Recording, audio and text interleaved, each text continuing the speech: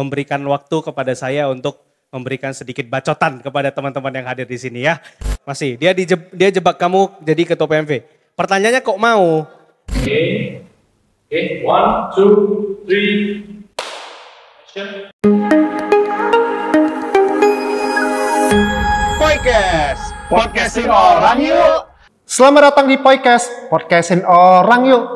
Dan hari ini kita telah mengundang satu pembicara yang sangat luar biasa. Kalau sampai teman-teman gak kenal nih siapa, wah keterlaluan ya teman-teman. Tapi by the way, ini kita syutingnya ini memang kebetulan saat sesi Mukerda dan Platda ke-10 berlangsung. Jadi kalau teman-teman kemarin gak bisa hadir atau mungkin teman-teman pengen nonton cuplikan acaranya, teman-teman bisa saksikan di Instagram Sekber PMVBI Sumut. Mungkin nanti bisa ditarik di bawah ya, atau YouTube-nya Sekber PMVBI Sumut. Nah, pembicara ini adalah punya pengalaman yang luar biasa karena beliau itu pernah jadi pengawas dari Sekretariat Jenderal Sekber PMVBI di tahun 2009 sampai dengan 2011. Kemudian beliau itu juga pernah menjadi anggota Lembaga Pendidikan dan PSDM Pengurus Pusat Majelis Budaya Indonesia di tahun 2007 hingga 2012. Dan kemudian di tahun berikutnya beliau menjadi Ketua Lembaga PSDM Pengurus Pusat Majelis Budaya Indonesia dari tahun 2013 hingga sekarang. Dan yang hebatnya nih, beliau itu adalah lulusan doktor dari bidang manajemen sumber daya manusia di Universitas Negeri Jakarta. Dan please welcome Ko Moming Hendralim. Nama budaya. Nama budaya Ko. Tapi ini wah penasaran ya Ko ya. Kok bisa sih dari Hendralim itu nggak tahu ya entah diplesetkan atau gimana jadi Moming nih Ko? Nggak nyambung kan? Nggak nyambung. Nggak ada urusannya. Jurusannya beda. Iya.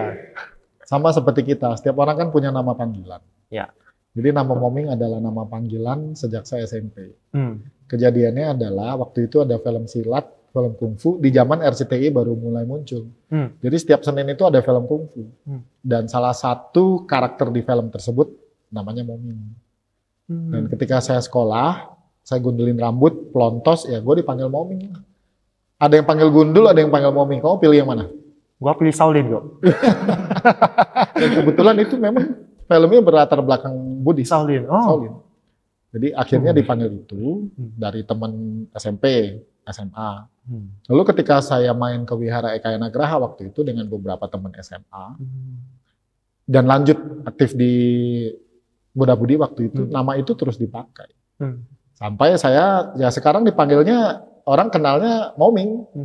Bahkan ada orang bilang, lu kenal Hendralim? Enggak, gue kenalnya Moming. Beda, sama. Dulu saya nggak suka nama itu. Tapi setelah saya tahu artinya, maknanya, dan asal-usulnya, ternyata nama itu keren. Ya. Dan kalau pengen tahu artinya, usulnya, kamu harus ikut acara Sekber PVB yang berikutnya, baru kita bahas tuntas. Oh, berarti artinya nih Komoming nggak tanpa sengaja minta diundang lagi. Aduh, tapi memang benar karena ya terus terang kalau Komoming nih, maksudnya hadir di Sumut itu teman-teman ketika dengerin topiknya atau materinya Komoming itu terus terang mereka sangat antusias. Bahkan kemarin, ini maksudnya kemarin waktu sebelum syuting hari ini ya, ada satu teman saya bilang, ini Koko kalau bisa seharian aja semua Mukerda Platda semuanya Koko aja yang isi. Nggak datang anaknya. Nggak datang. Katanya lagi keluar atau gimana. Oke. Nah, jadi kalau yang kita mau bicarakan Niko, ini karena temanya ini masih seputar Mukerda dan Platda ke-10, ya kita gak akan jauh-jauh lah kok dari dunia per-PMV-an. Karena kalau bagi saya ini sebenarnya PMV ini satu pengalaman yang luar biasa, terutama bagi kita yang udah pernah terlibat lama, bisa aktif di PMV itu merupakan satu berkah yang luar biasa bagi kita. Dan tentunya berkah itu malah sampai sekarang, sampai dunia kerja, sampai usia segini, itu benar-benar terasa efeknya. Bahkan kalau misalnya nih, ini maksudnya bagi saya pribadi aku ya, ketika di luar orang tahu, oh lu dari Sekber gitu ya, ternyata dia juga dari Sekber gitu, atau dulu pernah aktif di PMV mana. Jadi yang paling basic itu adalah mengenai connection, ini udah pasti terbantu sekali. Nah cuman ini nih Ko, yang kita mulai dari yang dasar-dasar aja sih Ko. Mungkin masih banyak teman-teman kita di muda-mudi yang bertanya-tanya, kenapa sih gua mesti aktif di PMV? Memang ada yang bilang waktu diajak katanya untuk belajar atau gimana, tapi kok mesti sih di PMV? Padahal kalau ngomongnya belajar, ya gua mau kursus di luar atau ikut pelatihan ya kan bisa kan gitu. Kenapa nih Bang? Nomor satu sih menurut saya, karena kita Buddhis. Okay. Jadi bagaimanapun juga kita sebagai Buddhis, anak muda Buddhis adalah perlu bagi Anda untuk menyediakan waktu untuk ikut memutar roda Dharma. Ketika kita paham Buddha Dharma, ada banyak ajaran yang harus kita lestarikan. Kita lestarikan. Contohnya paling simpel begini, di Buddha Dharma itu ada ajaran tentang hiri otapa. Jadi bagaimana kita punya standar hidup. Kita punya standar hidup yang kemudian kita gunakan sebagai pegangan. Artinya ketika kita akan melakukan sesuatu, kita sadar, oh ini nanti ada akibat buruknya. Terus nanti kalau saya melakukan ini, saya malu. Nah, itu menjadi salah satu pegangan yang Buddha sebutkan itu sebagai pelindung dunia.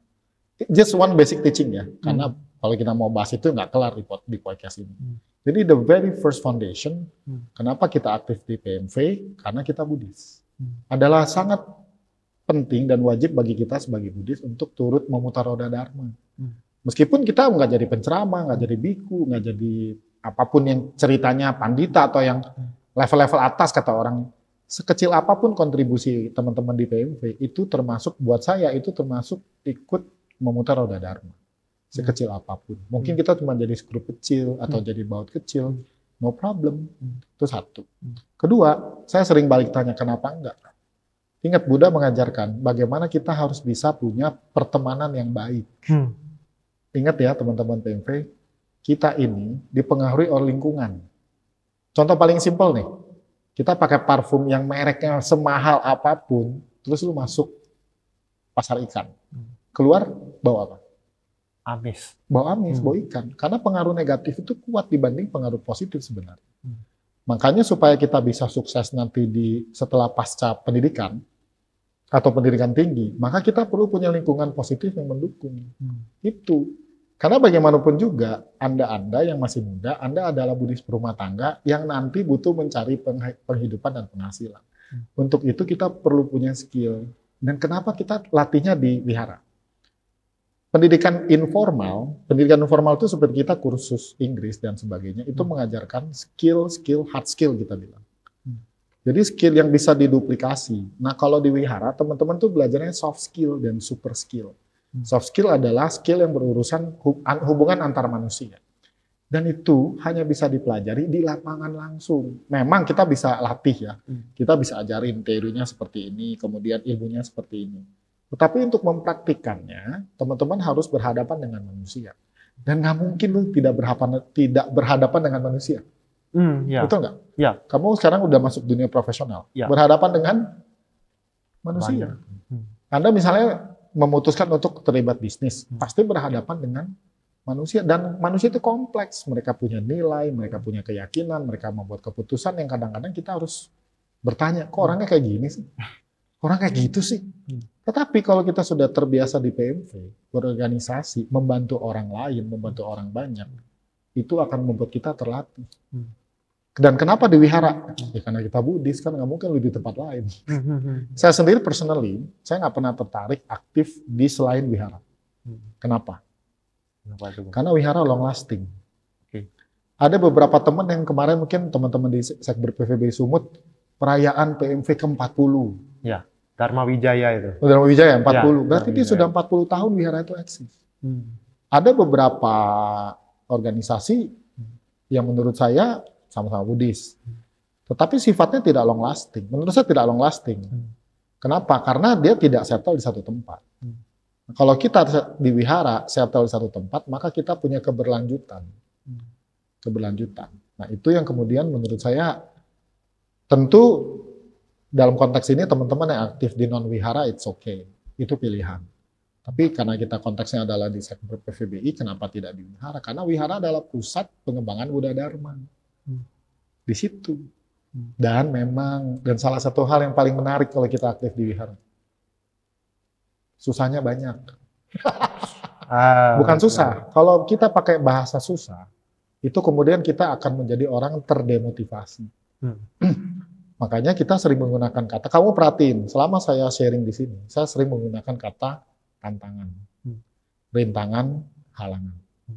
Karena sebenarnya nature-nya sama. Kalau kita bilang susah, begitu kita menghadapi sesuatu, kita udah bilang susah nih. Apa biasanya? Ya, langsung stop di sana. Malas. Tapi kalau kita bilang itu halangan, atau rintangan, atau tantangan, kita akan mencari jalan. Ya. Teman-teman, karena kebanyakan dari kita bukan anak sultan. Kebanyakan dari kita bukan anak sultan yang bapaknya punya harta nggak usah banyak-banyak deh, 5T aja. Kita kebanyakan, sorry to say, datang dari keluarga yang harus berjuang. Oleh sebab itu kita perlu belajar berjuang. Di mana belajarnya? Di wihara, di PMV, di Buddha Budi, karena di sana ada banyak challenge yang kalau kita hadapi, kita akan terbiasa melatih otot-otot kita untuk menghadapi challenge. Itu yang penting. Kamu kan udah masuk dunia kerja, dunia profesional. Apakah semuanya mulus? Ya, pasti tidak akan semudah itu. Di dalam bayangan kita, wah kerja sebulan sacap tiawa, mulus ah. No way. Right? Ya, makanya ada pepatah bilang semakin tinggi pohon, anginnya itu semakin kencang. Nah, dalam proses teman-teman nanti bertumbuh menjadi pribadi, menjadi individu, pemuda-pemudi Buddhis, Anda akan terlatih ditempa untuk menghadapi tantangan. Memang enak sih, pasti lebih enak lah. Pulang sekolah, pulang les, selesai les, oke. Tapi kan saya masih remaja kok, saya kan mesti menikmati hidup. Saya nggak bilang nggak boleh, tapi baiknya diimbangi antara yang menikmati hidup sebagai remaja dan siap menghadapi tantangan. Tapi di PMV juga enak kok, bisa menikmati hidup sebagai remaja. Kalian nggak kesini aja, coba kesini. Tadi lagi karaoke, Tonghua apa?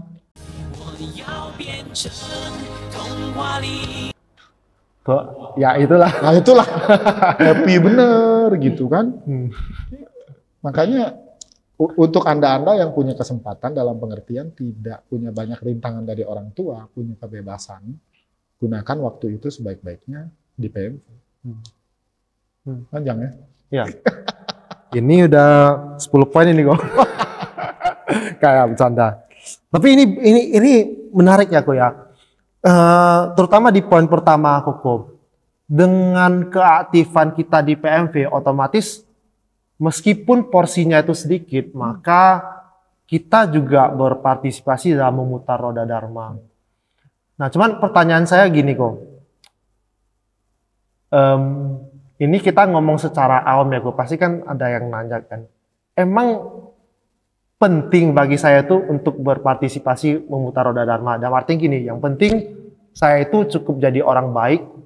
Ya udah baik, bisa berdana, ada duit lebih berdana, ada orang butuh bantuan kita bantu. Ya udah, emang cukup segitu aja gak cukup gitu. Mesti harus berpartisipasi dalam roda Dharma, memutar roda Dharma itu kok. Nggak cukup. Kenapa nggak cukup? Bagaimanapun juga, Buddha Dharma itu perlu dilestarikan. Dan salah satu cara untuk melestarikannya, untuk menjaga eksistensinya adalah dia harus terus dikumandangkan. Seperti yang teman-teman lakukan di sini. Kita melakukan podcast. Karena ini adalah sebuah media yang baru. In the Buddha's time, we don't have podcast. We didn't have podcast. Even we don't have TV and everything. Dengan adanya media, maka menjadi lebih mudah bagi kita untuk bisa menyebarkan Buddha Dharma. Tentu ini kan butuh dukungan teman-teman yang di behind the scene nih, yang muka mereka nggak pernah kelihatan, tapi mereka standby pasangin apa nih pasangin lampu, kemudian kameranya juga kamera mereka pribadi, laptop pribadi, edit, waktu dan sebagainya. Meskipun mereka tidak muncul, yang muncul kan muka gua sama muka lu. Ya. Meskipun mereka nggak kelihatan, tapi tetap mereka melakukan hal-hal yang mendukung terjadinya pemutaran roda Dharma. Dan dapatkah kamu membayangkan ketika mereka cuma berpikir, gua dana aja deh. Nah itu. Terus kenapa anak muda? Gini, salah satu pimpinan kita di MBI, karena ini sifatnya umum dan menyebut nama tidak etis sebenarnya, maka saya tidak sebut. Beliau pernah bilang, Moming, setiap orang itu kontribusi dengan kemampuannya masing-masing nih. Itu kalimat yang saya ingat sekali dan saya ingin sampaikan ke Anda. Kalau teman-teman anak muda, tentu ketika mereka diminta berkontribusi secara dana, bisa, kuice ya. Seberapa besar? Ya. Kan kita sering bilang nih, anak muda punyanya apa? Tenaga. Itu yang kita berikan. Kita punya waktu, itu yang kita berikan. Kenapa? Karena kita masih beban tanggung jawab teman-teman yang masih muda tidak sebesar orang tua kita. Belum punya anak untuk disusui, untuk dipikirin sekolahnya, kuliahnya, dan sebagainya. Mumpung masih muda, yang kita punya adalah tenaga dan waktu, itu yang kita berikan. Nanti pada saat waktunya tumbuh dan berkembang, baru kita mungkin sibuk dengan urusan kerjaan, rumah tangga, dan sebagainya. Pola pikir itu, ya mau nggak mau sulit untuk saya larang. Atau mungkin kita kritisi, nggak, ya gue kan udah sibuk, ya gue berikan dalam bentuknya adalah uang. Tetapi ada juga banyak orang, dan di KBI, di Keluarga Budaya Anak Indonesia tuh banyak. Nyumbang uang, nyumbang tenaga, nyumbang pemikiran. Yang belum dia sumbang apa tuh? Nyawa. Jangan dulu, kita masih butuh orang kayak gitu kok. Artinya komplit. Khusus buat ini konteksnya anak muda adalah itu. Gitu. Kalau teman-teman nanti sudah mendapatkan manfaat dari kumpul di Sekber PVBI Pemuda Budayana, ketika Anda sudah mencapai tahap kesuksesan, ya Anda mungkin nggak punya waktu lagi, nggak punya uang lagi, nggak punya uang terbalik ya, nggak punya waktu dan mungkin tenaganya terkuras untuk hal-hal yang sifatnya ke penghidupan. Ya di situ kita kontribusinya balik. Oke lah, untuk Sekber PVBI tiap bulan saya kasih 2M lah, 2M ya, 2 ember. Why not? Kira-kira seperti itu. Karena kita bicara konteks yang masih muda. Dan akhirnya kita sampai di sebuah hal yang sering diabaikan orang. Saya suka dengan sebuah pengertian begini. Banyak orang berpikir kalau memutar roda Dharma itu maka Anda harus bisa ceramah. Maka Anda harus bisa menyampaikan Dharma dengan begitu bagus seperti para biksu-biksuni dan para pandita. Kalau kita nunggu setiap orang punya kapasitas seperti itu, kapan? Tidak setiap orang cakap berkomunikasi di depan umum. Megang mic aja gempa bumi. Kan? Nah, makanya dalam proses bagi saya, setiap orang yang berkontribusi supaya Buddha Dharma bisa didengar orang banyak, buat saya mereka adalah orang yang turut memutar roda Dharma. Meskipun ya ini tidak bermaksud untuk mengecilkan peran mereka, meskipun mereka di belakang layar, meskipun mereka hanya sebuah baut roda yang terpasang, ya nggak apa-apa. That's it. Oke.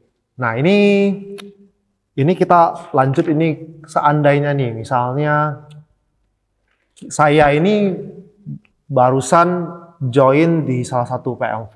Ya. Sebagai orang yang nggak tahu apa-apa, belum pernah organisasi, sebaiknya itu saya ngapain dulu gitu? Menurut Koko? Oke. Kalau menurut saya, tergantung orang ini datang ke organisasi, dia empty atau berisi. Yang payahnya yang berisi. Ini yang susah. Kalau Anda adalah orang yang berisi, udah punya pengalaman di tempat lain, Anda perlu mengosongkan cangkir Anda. Perlu. Supaya apa? Karena budaya, pertama gini, karena nilai, value, dan budaya di organisasi di tempat Anda sekarang di PMV, akan berbeda dengan tempat Anda sebelumnya. Jadi kalau cangkirnya masih penuh, kita akan mengalami banyak masalah. Akan ada friksi, akan ada gesekan, dan mungkin bisa berujung perselisihan. Yang menarik adalah kalau Anda kosong. Jadi yang isi dikosongin, yang udah kosong. Carilah kesempatan untuk melakukan kebaikan sebanyak-banyaknya. Meskipun biasalah anak baru banyak gaya. Nggak masalah. Selama kita mampu melakukannya dengan terampil, tuh dengan balance. Karena kesempatan untuk bisa aktif di wihara itu nggak banyak. Saya ingin kita punya pola pikirnya dibalik. Yang butuh kita aktif tuh gini nih. Mungkin ini bahasanya mesti hati-hati. Yang butuh kita aktif, Buddha Dharma, atau kita yang butuh aktif sebenarnya? Pasti kita. Iya, ya sebenarnya yang butuh tuh kita. Tetapi kalau kita pakai sebuah konsep di agama Buddha kan namanya kesaling tergantungan. Semuanya sama-sama butuh. Anak muda butuh kesempatan untuk bisa mengakumulasi daya-daya kebajikan. Buddha Dharma atau wihara dalam konteks ini butuh tenaga. Butuh bantuan orang banyak. Jadi sebenarnya kita sama-sama butuh. Nggak boleh berpikir, lah kalau nggak ada gua, wiharanya nggak jalan. Itu cara pikir yang salah. Itu namanya superiority complex. Master Tinatan sering mengulang-ulang itu, sering mengajarkan tentang superiority complex, inferiority complex. Sehingga kalau kita sebagai yang anak baru, ya udah kosongkan cangkir, kemudian cari kesempatan untuk mengakumulasi daya kebajikan sebanyak-banyaknya. Artinya kita menyisihkan waktu supaya kita bisa aktif. Kalau cuman pasang nama ya semua orang juga bisa. Karena kita hari ini belajar tentang yang disebut sebagai 4 key point of trust. Salah satunya adalah integritas. Dan integritas didapatkan dengan memenuhi komitmen. Jadi buat yang baru-baru gabung ya ikut aja. Let it flow.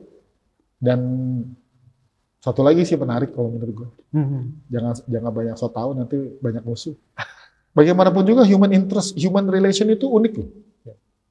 Meskipun lu pinter, tapi lu sok pinter. Siapa yang mau temenan sama lu? Itu penting. Jadi kita mengosongkan cangkir, kemudian kita rendah hati, dan di saat kita masih menjadi orang baru, kita observasi, kita belajar. Kalau ada hal-hal yang menurut kita baik, tapi belum dilakukan, kita komunikasikan dengan baik-baik. Karena bagaimanapun juga, sesuatu yang baik, kalau dikomunikasikan dengan cara yang tidak baik, jadinya baik. Tetap akan dianggap tidak baik. Tidak baik. Jadi antara what to say and how to say, mereka harus balance. Oke. Nah ini artinya memang sebenarnya bukan hanya di PMV, tapi dimanapun ketika kita pertama kali menginjakkan tempat dan kita memposisikan diri sebagai orang yang mau belajar, kita harus pertama sekali kosongkan cangkir. Supaya nanti ke depannya kita bisa mulai kontribusi aku. Kita bisa meresap lebih banyak. Oke. Tapi ini ngomong-ngomong ya aku ya mengenai kontribusi. Banyak terjadi nih kalau kita lihat ya. Sebenarnya kita tahu anak ini atau orang ini sebenarnya dia punya bakat sebenarnya. Mungkin dia bisa editing atau mungkin dia punya skill untuk public speaking. Harusnya kalau misalnya kita minta jadi MC atau apa bisa sebenarnya. Tapi ada kalanya mungkin kalau kita lihat kok kayaknya dia seharusnya bisa lebih dari ini gitu kan. Tapi kok segitu-segitu aja gitu. Padahal kita tahu dengan kemampuan dia, dengan skill dia itu harusnya bisa itu. Jadi kalau misalnya kita nemu case seperti ini deh kok, atau mungkin sudut pandangnya itu bagi orang sendiri, kalau saya sendiri seperti itu gimana kok menurut Koko? Harusnya gimana? Kalau di manajemen SDM ada satu istilah namanya coaching. Ada mentor-mentee. Kalau kita bicara kondisi ideal, tapi saya suka. Tadi saya ngobrol sama salah satu badan pengawas kami. Ya, setiap ketua atau sekprov periode sekarang akan menjadi anggota badan pengawas periode berikutnya minimal selama 3 masa jabatan. Ya. Itu sebuah budaya yang bagus. Artinya teman-teman yang pernah menjabat di posisi puncak tetap akan mendampingi penerusnya. Jadi nggak ditinggal nih. Itu sebuah budaya yang sangat bagus sekali. Ya, perlu kita sosialisasikan juga ke teman-teman di sekprov yang lain, di sekretariat provisi yang lain. Nah, kalau kita balik ke sini, the best way, the best method untuk pengembangan SDM di tingkat wihara itu adalah coaching, mentor and mentee. Jadi koko-koko cici yang dulu aktif di PMV, ketika mereka selesai masa jabatan, adik-adiknya itu tetap dibina, tetap diamati. Sehingga ketika case yang seperti tadi, kita tahu nih anak nih punya potensi. Ada beberapa orang gini, ada tipe orang yang dia tidak akan maju kalau nggak diundang. Atau ada tipe yang nggak tahu malu memang. Nyosor terus. Ya. Jadi kalau orang ini tipenya adalah, kalau dalam kacamata kita, anak ini berpotensi, tapi dia tipe bukan yang icon shoot ya, betul nggak sih? Wah itu MC aja ya, enggak. Dia tunggu dipanggil. Nah kita yang kalau paham karakter anak ini dengan skillnya, oke, nanti MC Jeffrey aja ya Jeff, oke ya Jeff ya, maju ya, oke kok, dia pasti iya. Tapi ada orang yang lu bokiwain ya kan. Who am I shoot? Betul nggak ya? Ya. Subtitlenya nanti di bawah. Di bawah. Gue kalau nggak dipanggil, gue nggak akan maju. Kenapa? Karena dia berpikir, kalau saya memajukan diri, nomor satu, saya akan dianggap cari muka. Saya akan dianggap kepo. Kedua, kalau saya gagal, saya yang malu. Kan ada pola pikir orang banyak-banyak. Pola pikir orang ini banyak-banyak, beda-beda. Makanya kalau salah satu pendekatan manajemen SDM yang baik di Wihara bukan cuma sekedar pelatihan sebenarnya. Tapi coaching. Jadi kita bisa pantau, melihat siapa yang punya potensi, dan kemudian kita asah dia terus-menerus. Nah, persoalannya beda lagi nih, kalau kondisinya anak ini memang nggak mau maju. Itu juga siapapun yang menjadi motivatornya, bingung juga. Kan? Makanya kan ada istilah coach, pelatih. Ada istilah mentor. Ada coach, ada mentor ya. Saya kurang nggak begitu paham lah istilah bedanya apa ya. Tapi paling tidak antara dua fungsi ini sama-sama ada orang yang mendorong orang untuk bangkit maju. Nah kalau orangnya didorong diem doang, memang kami kalau melakukan coaching atau melakukan mentor ya kita cari teknik kita sebanyak mungkin. Ya balik-baliknya ke orang tersebut. However, the best way kalau menurut saya apa yang kalian lakukan sudah tepat. Misalnya dalam konteks selesai masa jabatan, kemudian akan ada yang membantu. Nah di Wihara juga sama. Jadi teman-teman yang aktif di PMV, beberapa PMV ini kan ada yang anak, misalnya masih, kalau di Kota Medan kan sebagian masih kuliah. Ya, terus ada yang level pengurusnya masih SMA misalnya. Ya tetap aja kalian bisa jadi whatever it is lah yang selama kita bisa memantau anak-anak itu tumbuh. Kenapa perlu dipantau? Kenapa perlu dibantu? Karena bagaimanapun juga, ketika seorang anak Buddha nih, anak Buddhis, maju, tumbuh, berkembang. Kamu tahu nggak saya sering bilang apa? Kita mengurangi satu orang jahat di dunia. Jadi ketika ada orang yang ngerti Buddha Dharma, kita mengurangi satu orang yang jahat di dunia. Teman jangan sampai salah paham ya. Jadi orang agama lain jahat, enggak. Atau perlu nanti diedit lah. Ini gitu ya. Ya. Kalau semakin banyak orang yang paham Buddha Dharma, maka orang akan semakin paham bagaimana memperlakukan orang dengan baik. Lihat ya, perhatiin teman-teman yang aktif di PMV. Lihat senior-senior Anda. Ketika mereka menjabat dan mereka melaksanakan tugas mereka dengan tanggung jawab, sebagian besar dari mereka punya penghidupan yang standar baik. Memang nggak level 6 sih, tapi minimal tidak level 1 dan tidak level 2. Minimal rata-rata di level 3. Tahu nggak levelnya apa? Level kebebasan finansial. Bukan level kebebasan finansial, level kapasitas finansial. Kalau level 1 kan mereka hidup struggling. Struggle itu. Jadi pinjam sana, pinjam sini, utang sana, utang sini. Mereka bermasalah untuk memenuhi kebutuhan dasar. Kalau di level 2, artinya mereka sudah mampu hidup dengan cukup untuk memenuhi kebutuhan dasar. Tetapi untuk investasi, untuk menabung, mereka masih harus berpikir. Kalau di level 3, seseorang itu sudah sampai di tahapan kebutuhan dasarnya sudah terpenuhi dan dia bisa investasi. Dia bisa menyimpan uang. Di level 4, hasil investasinya itu sudah cukup untuk memenuhi kebutuhan dasar. Jadi orang ini sebenarnya kalau nggak mau kerja udah bisa, karena hasil investasi dia, timbal baliknya sudah bisa cukup memenuhi kebutuhan dasar. Di level 5, bukan cuma kebutuhan dasar, tapi kebutuhan hidup yang sangat nyaman. Di level 6 udah nggak usah mikir macam-macam lagi. Kerjanya cuma apa? Santai, duit masuk terus, dan orang ini sudah masuk di tahap dia bisa jadi filantropis. Jadi kalau teman-teman Buddhis sudah jadi triliuner, kan miliarder, apa sih sebutnya miliarder lah kita bilang, sudah sampai di tahap financial freedom di mana tanpa bekerja pun, tanpa usaha pun, ya kamu punya harta untuk 7 turunan. Ada kalanya memang ada orang itu yang dia itu kalau misalnya nggak diajak, nggak diundang, mungkin ya dia akan sifatnya lebih pendiam. Ya. Tapi kalau kita coba balik Niko ini, sorry ya, misalnya kita coba balik. Ada yang mau maju terus gitu ya? Oh enggak. Tapi lebih ke ini sih, Gom. Orang itu sudah ada satu niat awalnya daftar nih jadi pengurus PLV gitu kan. Udah daftar.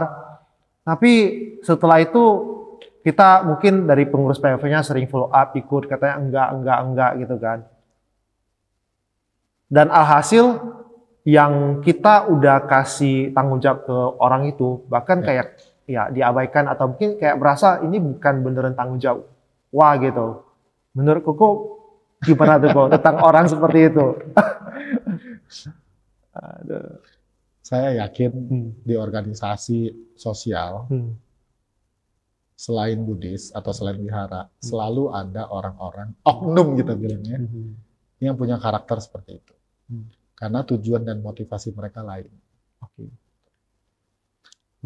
Saya sering bilang begini, kalau kita chat sesuatu di grup pengurus, yang kita expect kan orang respon. Teman-teman kan pasti tahu, ada grup yang nggak pernah direspon. Meskipun pertanyaannya simpel. Dan ini in the long run, itu nggak bagus.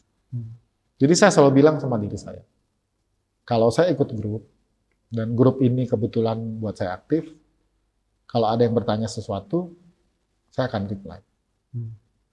Saya akan reply. Ada yang mau pesan ini nggak? Gue mumpung lagi di sini nih. Nggak usah ya, makasih.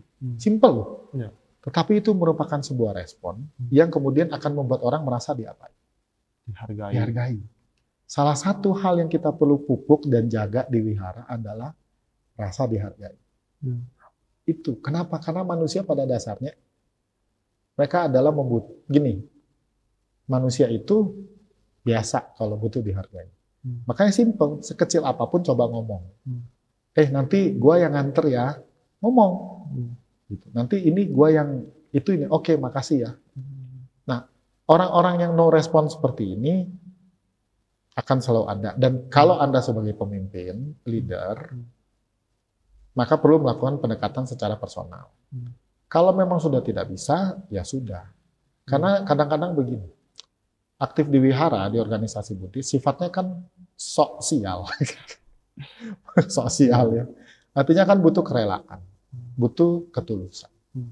Dan kerelaan dan ketulusan ini merupakan mata uang yang sangat-sangat berharga untuk bisa kita jadikan sebagai isi untuk kepercayaan kita. Itu tadi kita bahas ya. Mudah-mudahan nanti rekamannya keluar. Jadi kalau seseorang terbiasa daftar ikut ini, daftar ikut itu, kemudian tidak pernah muncul dan tidak bertanggung jawab, menurutmu kalau dia masuk dunia profesional, selamat nggak? Ya, susah. Susah. Dan saya punya satu kisah nyata. Untuk nama kita akan close. Saya pernah meng-coach, bantu ya, satu orang yang menjadi ketua organisasi. Jabatannya ketua. Tapi dia aktif di banyak tempat. Kita sudah bilang, lu itu di sini masinisnya.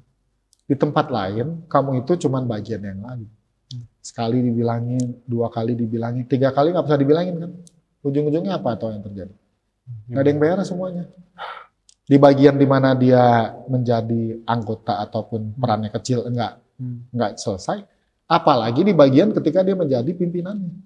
Maka saya sering bilang teman-teman, ketika kamu menjadi pimpinan, di level pimpinan, kalau di wihara, di PMV misalnya, tolong kamu jangan aktif di tempat lain. Di mana kamu bukan jadi pimpinan. Kenapa? Karena kamu pegang peran yang sangat besar di tempat ini. Di mana banyak orang bergantung sama kamu.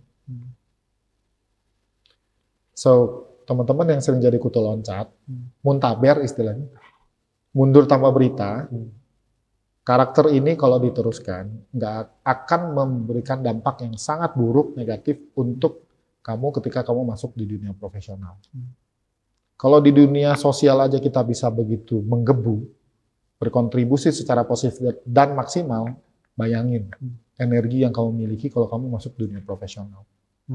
Pasti lebih luar biasa. Ya. Ya, setuju sih kok.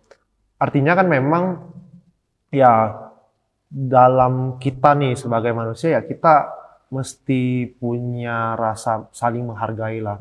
Ya artinya kalau misalnya nih contoh teman-teman di chat, di grup atau apa, karena dijawab gitu. Karena memang sekarang terus terang nih kok, kalau kita lihat mungkin generasi yang ke bawah kadang di chat gitu kan. Kalau dia merasa gak penting bagi dia, ya dia akan jadi feeder aja. Feeder tau kok? Apa tuh? Silent leader. Atau minimal gini. Ya kadang kita nggak bisa sulit ya untuk memastikan setiap orang gini. Maksud saya gini. Bagi si A, hal ini penting. Bagi si B nggak penting. Kalau untuk hal yang tidak penting di sebuah grup misalnya, kamu jangan baca. Oke. Itu tips hacknya gitu itu, ya? minimal lu jangan baca. Kalau lu baca, kan orang bisa klik cek info tuh. Baca apa enggak? Kalau lu baca, menurut saya kalau baca sesuatu, saya akan berusaha untuk respon. Minimal thank you. Ya. Gitu aja. Oke.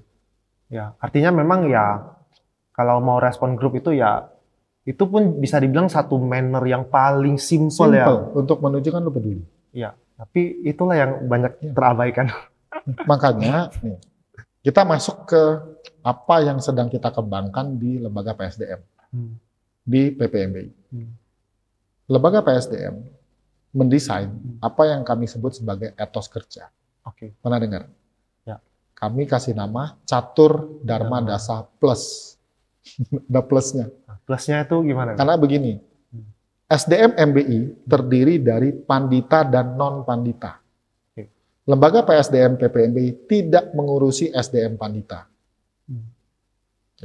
Ketika kita bicara etos kerja, kita bicara super soft skill.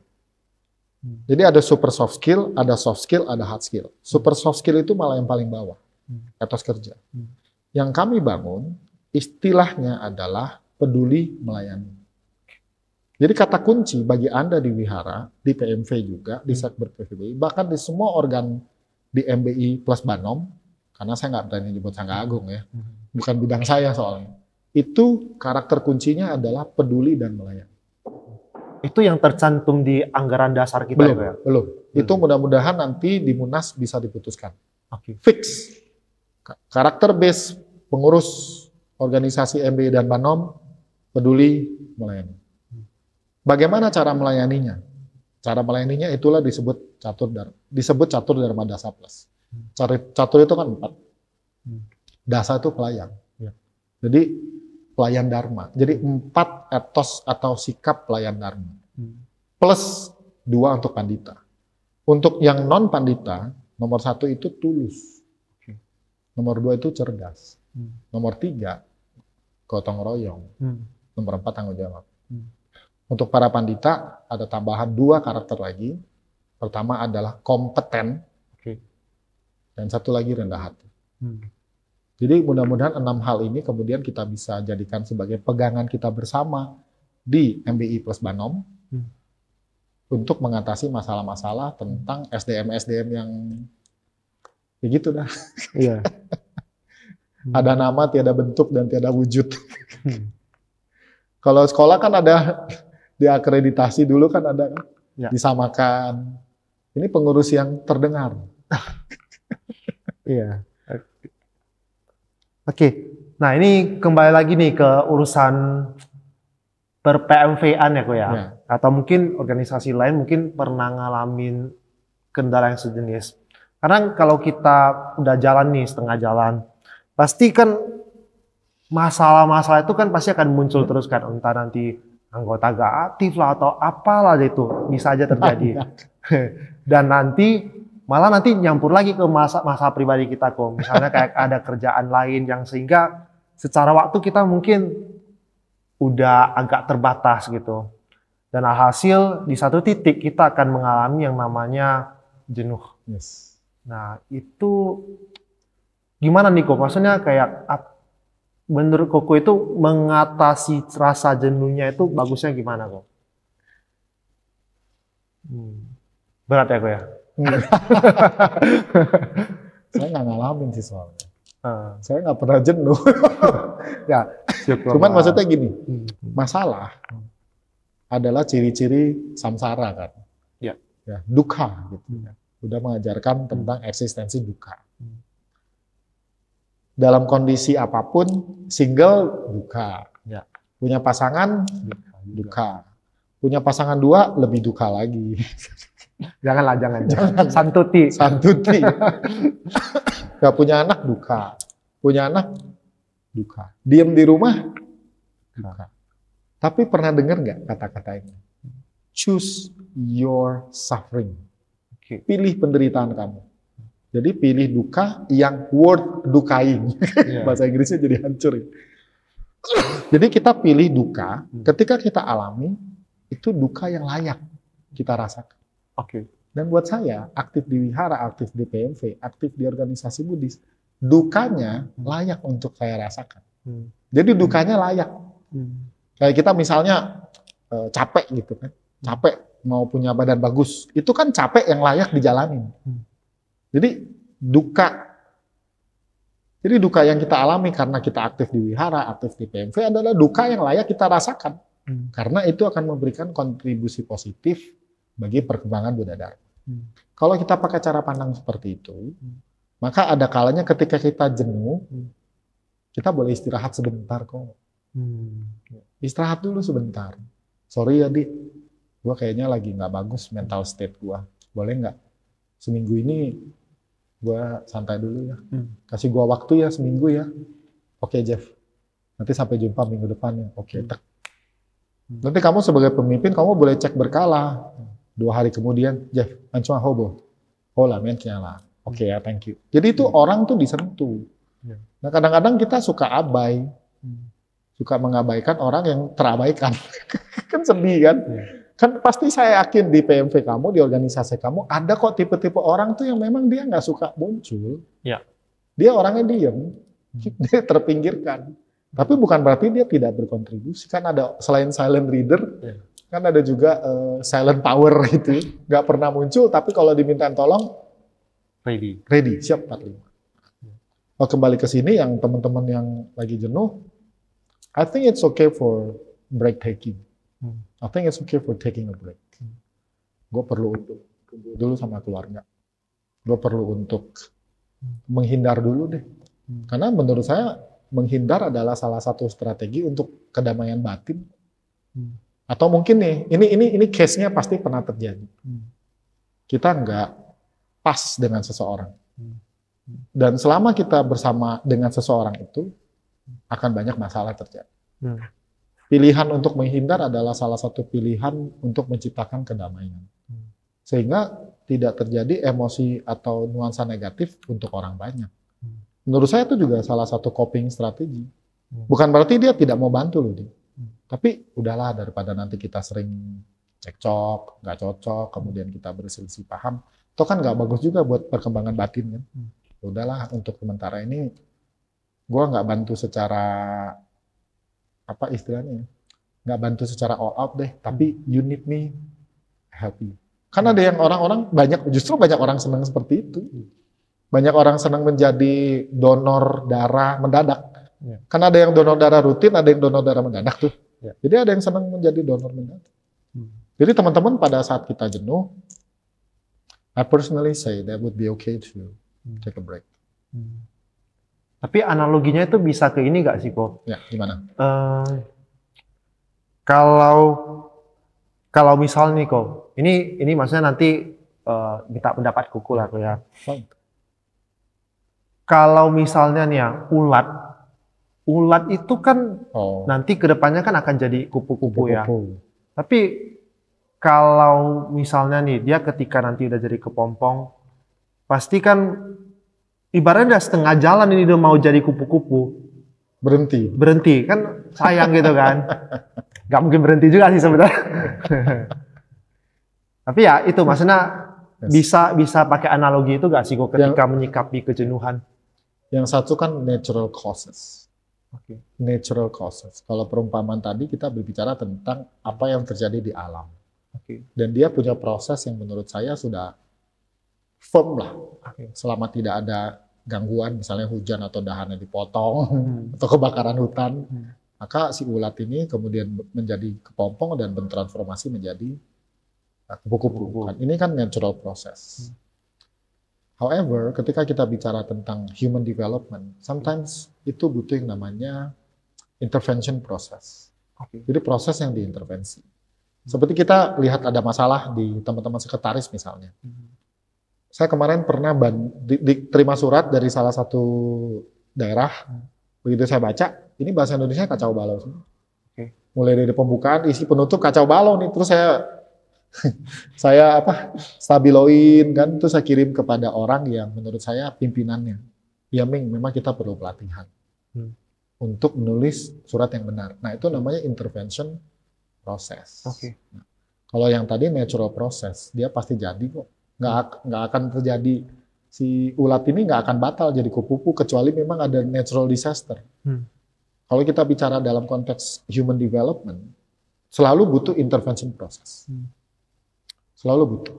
Karena kan kita manusia yang tidak perfect, kita tidak sempurna. Ada bahasanya kita merasa lemah, letih, lesu, letoy, lunglai, apalagi sih. And in that moment, I believe resting is a good option. Artinya ya gimana pun ya tetap mesti ada satu action yang kita perlu ambil. And resting it doesn't mean quit. We have to understand the difference. Resting is not quitting. Resting itu simple, you need to cari udara segar. Ya. Karena kadang-kadang gini loh. Kalau kita ketemu anak-anak di budaya, kita bahas apa sih? Bahas organisasi lagi. Itu aja. Kenapa kita nggak bahas bola? Kenapa kita nggak bahas politik? Kenapa kita nggak bahas film? Kenapa kita nggak bahas duren? Kenapa yang dibahas? Oh iya nanti Munas begini, Mukernas begini. Gue capek nggak sih ceritain ini dulu? So that's why resting is important. Do you agree? Ya, setuju sekali. Karena memang kita kalau di ini kebetulan sih maksudnya kalau di Sekwer PMVW Sumut pun dari kami pun di awal memang udah ngomong ke semua pengurus. Suatu ketika lu memang lagi butuh waktu untuk istirahat, misalnya contoh lah, let's say lagi mau fokus ngerjain skripsi nih kok, pasti kan butuh lagi masa-masa butuh fokusnya gitu kan. Ya udah gak apa-apa, lu ngomong aja sama ketua seksi atau siapapun yang mungkin levelnya satu di atas kamu ngomong, ya udah paling nanti tinggal kita sepakati aja kira-kira siapa yang akan gantikan tugasmu sementara. Dan itu juga sangat bertanggung jawab. Ya. Jadi bukan muntaber. Ya, mundur perlahan tanpa berita. Mundur tanpa berita, ini kemana nih orang? Ya. Kita kasih tahu, sorry gue nggak bisa ikut. Kondisinya seperti ini. Tetapi kalau gue dibutuhin, gue siap. Kan bisa juga. Ya. Bukan lari dari tanggung jawab 100%. Dan saya diingatkan oleh Yang Mulia Mahathira Sadanyana. Saya ingat sekali Bante bilang waktu itu. Moming, iya Bante. Moming kan mahasiswa. Tugasnya kuliah, selesaikan studinya. Itu kan saya sangat aktif waktu di Jakarta, ngajar sekolah, ngajar les, ngajar bahasa Inggris buat anak asuh, kesana kemari. Bante ngomong itu. Dan hari ini saya teruskan ke teman-teman. Tetapi ingat loh, tapi jangan gara-gara gini, bener juga ya, gue kuliah aja. Enggak. Kita gini, waktu kita belajar tentang menjadi manusia pribadi luar biasa, kan salah satu bagiannya adalah bagaimana cara kita mengelola diri, sehingga kita bisa mengelola waktu. Kalau Anda berpikir ya, gue mau fokus kuliah aja, supaya bisa selesai.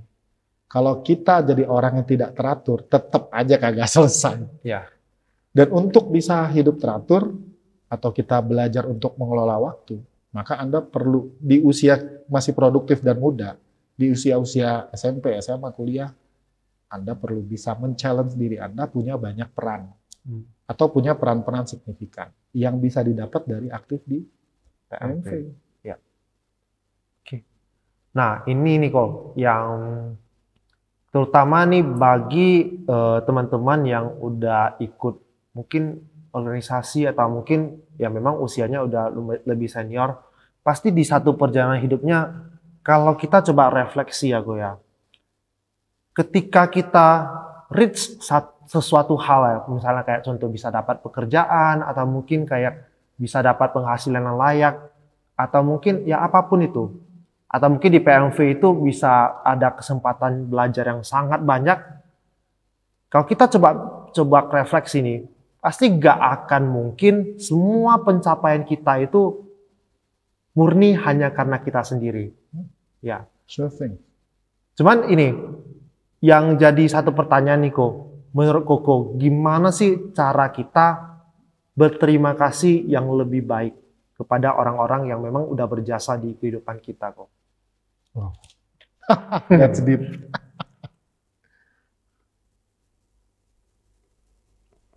Untuk membalas semua kebaikan yang telah kita terima dari makhluk-makhluk yang tak terhingga, maka salah satu cara untuk membalasnya adalah dengan memberikan kebaikan kepada makhluk yang di depan kamu. Karena mereka adalah representasi dari makhluk-makhluk yang lain.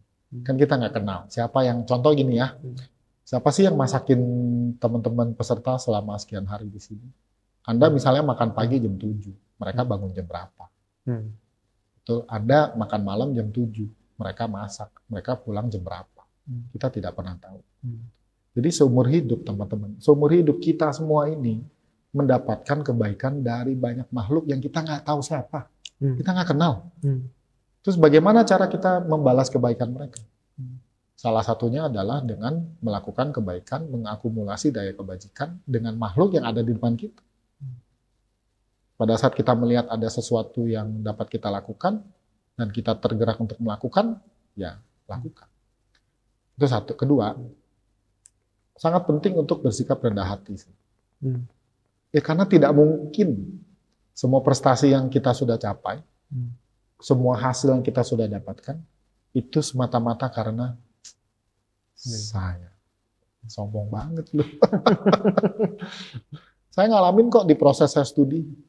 Terus saya menyelesaikan studi itu dengan ketidaktahuan dengan metodologi penelitian. Bukan tidak tahu ya, maksud saya ada banyak metodologi penelitian, terus disodorkan metodologi penelitian yang ini. Waduh, gue mesti belajar dari nol nih. Siapa yang ngajarin saya? Ada beberapa teman yang memang sudah selesai studinya juga, dan tentu promotor dan co-promotor saya. Bisa menyelesaikan studi, tentu semata-mata bukan karena kehebatan satu orang, itu adalah akumulasi dari kebaikan dan pertolongan orang lain. Dan aktif di wihara menyadarkan kita akan hal itu.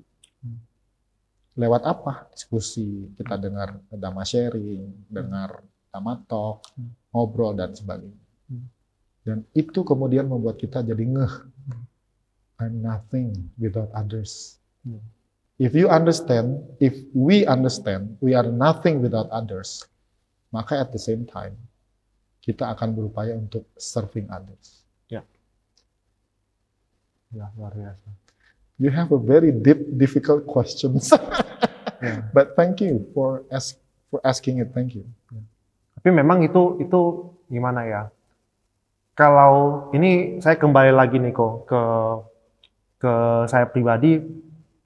Kalau saya coba refleksi nih, ketika saya ada kesempatan untuk aktif di PMV, kalau mau dibilang sebenarnya ini memang jodoh sih kok. Karena kalau waktu itu sebenarnya udah tahu ya, kayak kebetulan saya kan di kota kelahiran saya itu di Tanjung Balai.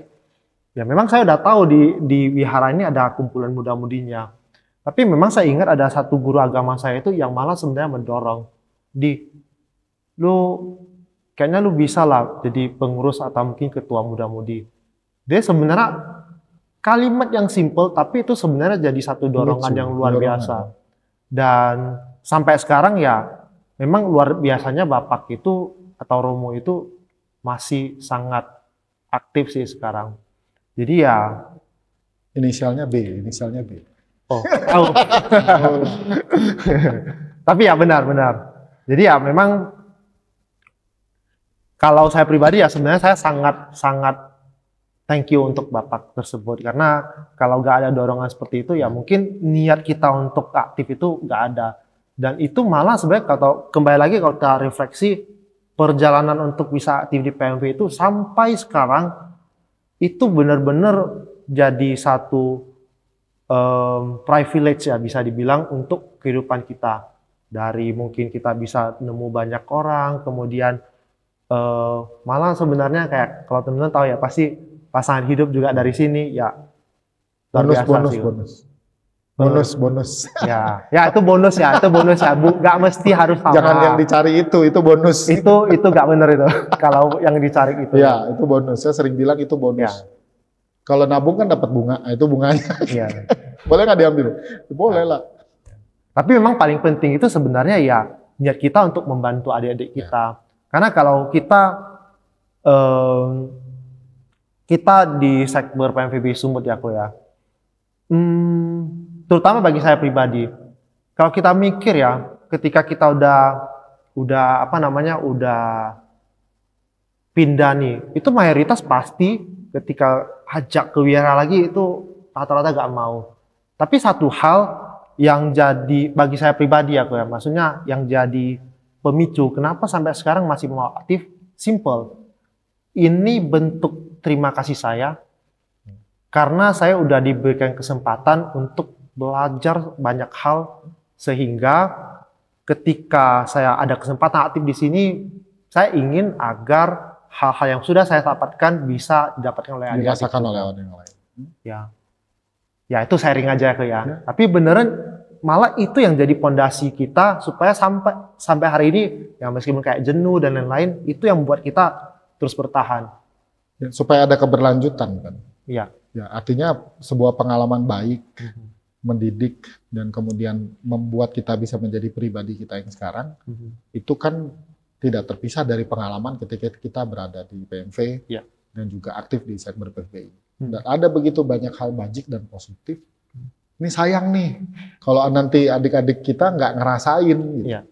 Ini butuh so much effort ya, bahkan untuk pelatihan mukerda seperti ini effortnya banyak sekali.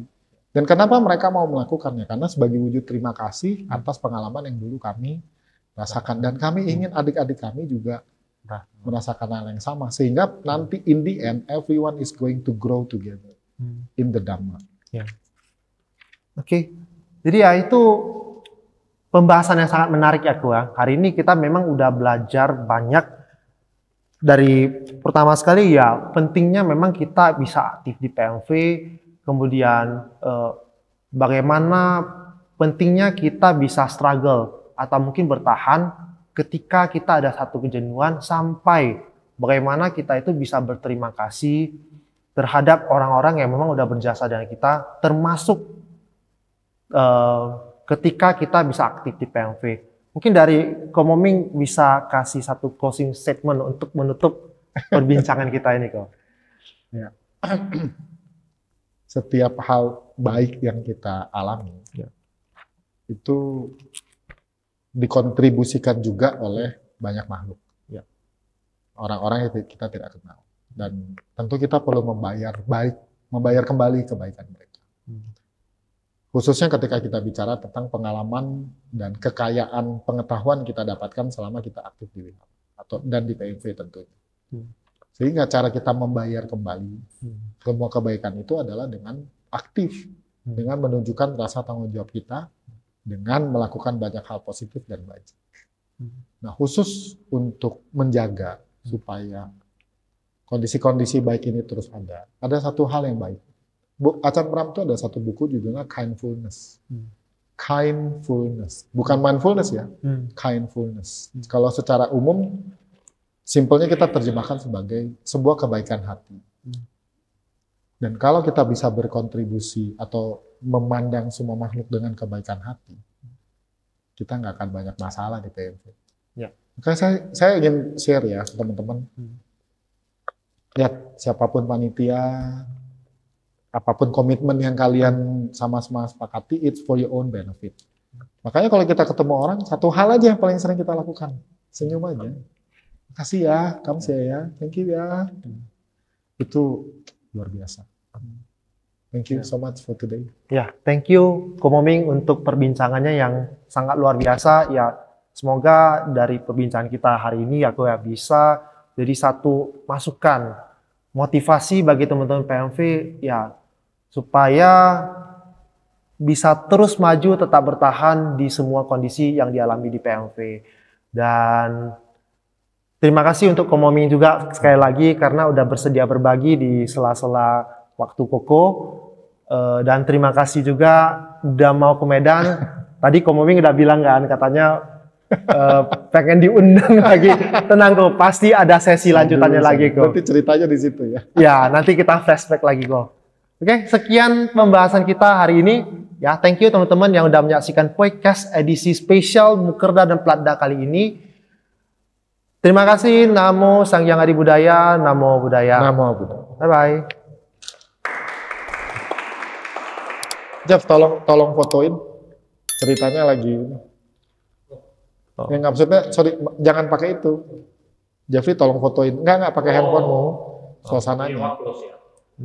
Berarti kamu dulu pernah ikut apa aja waktu saya ke Tanjung Balai? Dulu waktu zaman Pak Robin itu kamu ikut nggak yang pelatihan di lapangan itu? Nggak? Ada, itu waktu itu udah kelas 12. Ikut nggak? Oh nggak ikut ya? Ada X11 juga ada bawa kan.